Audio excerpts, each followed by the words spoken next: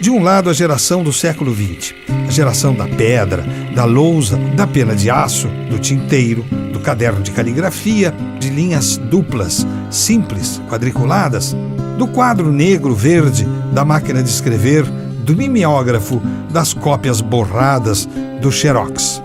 Do outro lado, a geração do século XXI, a geração digital, 24 horas conectada, que vai à escola carregando no bolso aparelhos de última geração, com os quais, simultaneamente, joga, acessa e compartilha informações.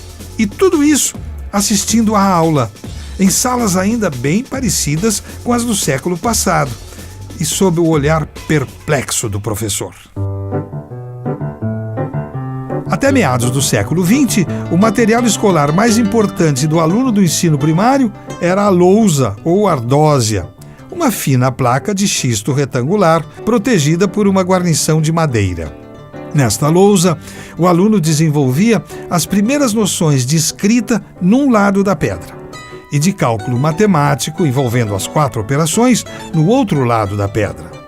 Para escrever nessa lousa, o aluno usava um lápis fino que quebrava com facilidade, feito com o mesmo material. Com uma régua, traçava linhas.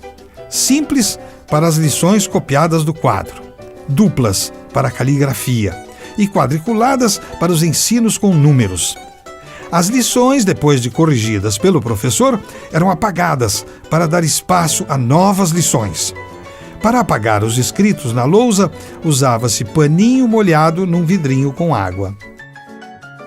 Em decorrência do crescimento da produção do papel a partir de 1920, a escrita na lousa foi aos poucos sendo substituída pelo caderno e pelo lápis. Ao contrário da escrita na pedra, com lápis de pedra, a escrita em papel com lápis grafite, com pena de aço e tinta ou com caneta exigia leveza de traço, uma das habilidades treinadas junto com o traçado da letra.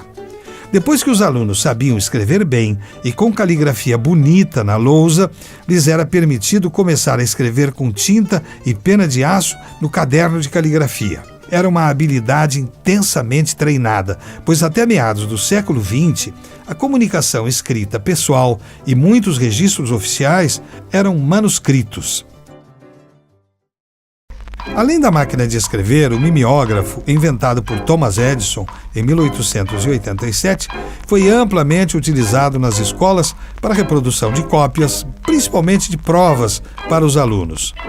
Datilografava-se o texto numa folha especial com carbono, sendo as cópias reproduzidas com o uso de álcool, que tinha de ser bem dosado para não inutilizar a matriz ou borrar as cópias. Como o custo desse sistema era baixo, foi amplamente usado nas escolas.